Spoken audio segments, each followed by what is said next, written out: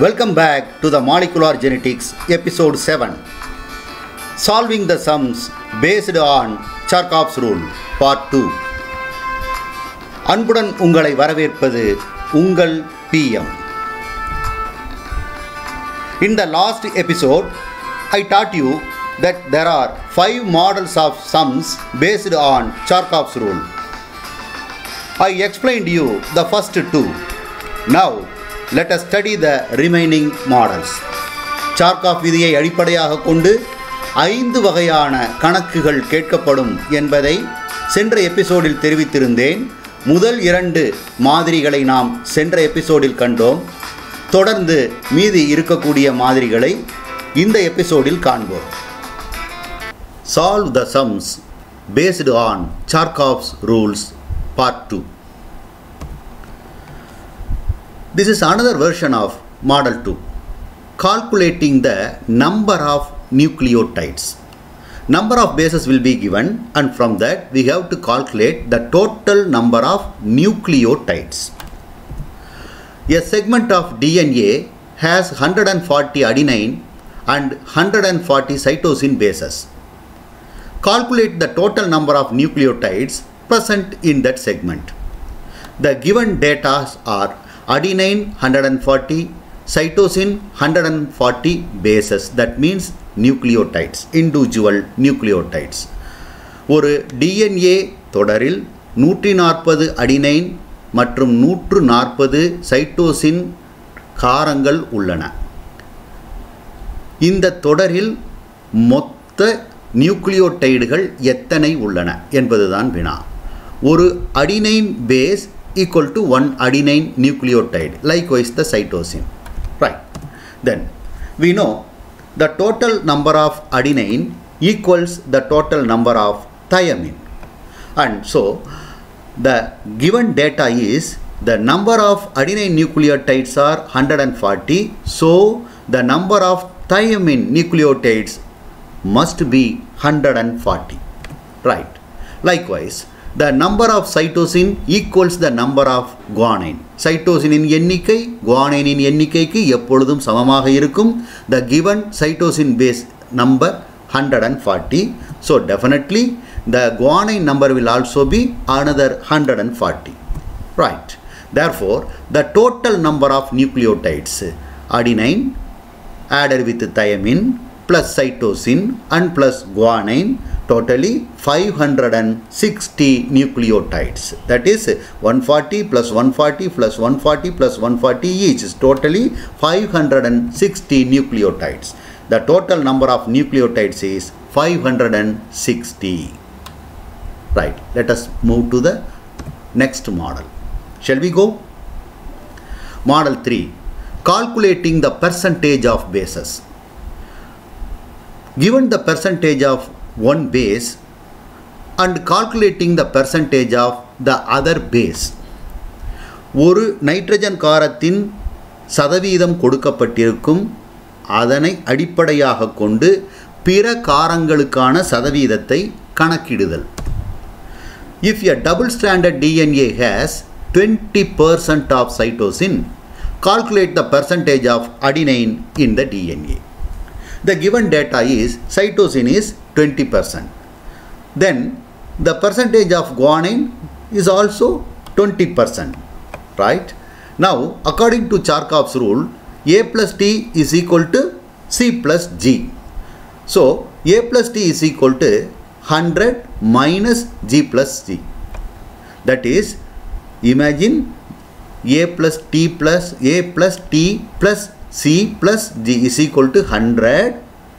So, A plus T is equal to C plus G, and now we have to deduce the number of adenine and thymine molecules. இந்த எண்ணிக்கையை காண்பதற்காக மொத்த எண்ணிக்கை 100 இலிருந்து 40 guanine cytosine எண்ணிக்கையை நாம் கழிக்கிறோம். கழித்தால் நமக்கு adenine thymine உடைய எண்ணிக்கை கிடைக்கும். That is 60, right?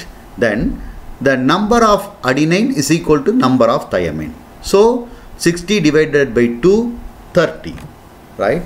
The percentage of adenine is 30, that is 30%. This is the answer. Next, Model number 4. Calculating the ratio of bases in the other strand.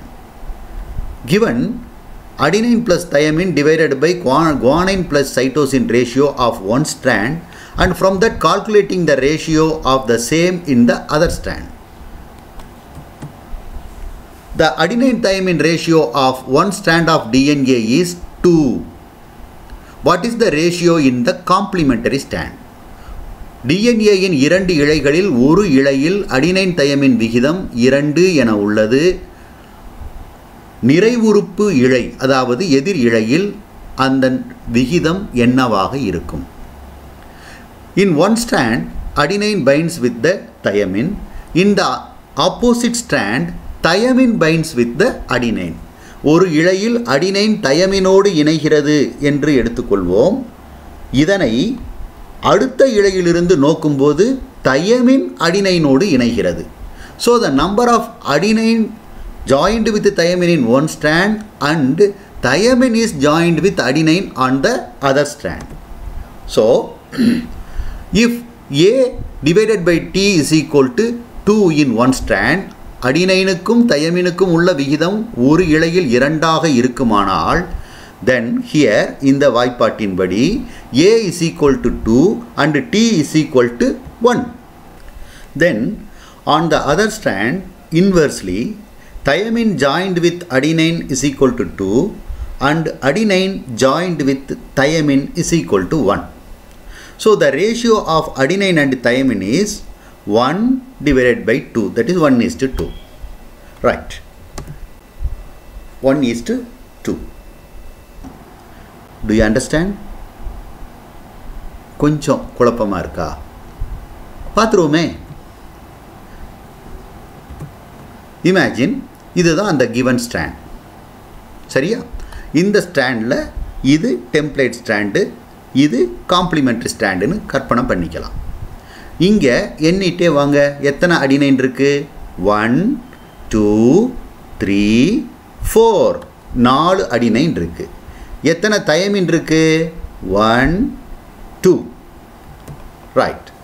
சரி, 4 அடினைன் இருக்கு, 2 தயமின் இங்கே இருக்கு. ஸோ A:Tங்கிற ரேஷியோ எவ்வளவு இருக்கு? 4:2. That is 2:1. இதை தான் ப்ராப்ளமில் கொடுத்துருந்தாங்க. ப்ராப்ளத்தில் முதல்ல கொடுத்துருந்தாங்க இந்த வேல்யூ 2ன்னு. ரைட். இப்போ காம்ப்ளிமெண்ட்ரி ஸ்டாண்டை பாரு. எதிர்பக்கம் முதல்ல எத்தனை அடினைன் இருக்குது கவுண்ட் பண்ணுவோமா? 1 2 அடினைன் 2, தயமின் 1 2 3 4 4 இருக்கு. Sir, number of thymine molecules 4, number of adenine 2. So the ratio between thymine and adenine is equal to 4:2. That is 2:1 in short.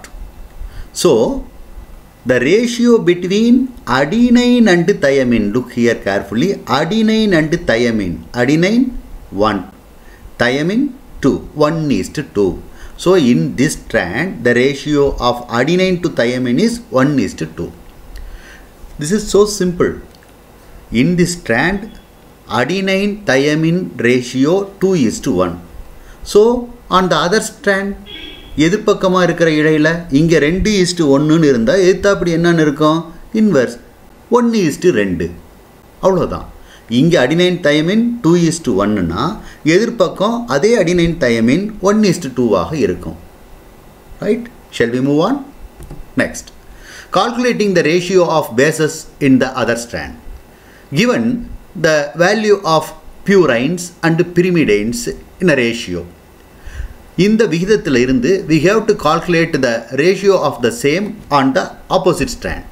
அடுத்த ஸ்ட்ராண்டில் என்ன பியூரைனுக்கும் பிரிமிடைனுக்கும் என்ன ரேஷியோ இருக்குது அப்படிங்கிறத நாம் பார்க்கணும்.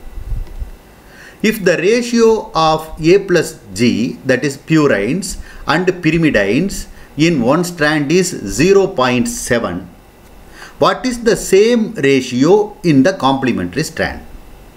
ஒரு DNA டபுள் ஸ்ட்ராண்டில் பியூரைன் பெரிமிடைன் ரேஷியோ 0.7 இந்த ஸ்ட்ராண்ட் ஒரு ஸ்ட்ராண்டில் இந்த பக்கம் இருக்கும்னா அதுக்கு எதிர்பக்கம் இருக்கிற ஸ்ட்ராண்டில் பியூரைன் பிரிமிடைன் ரேஷியோ என்னவாக இருக்கும்?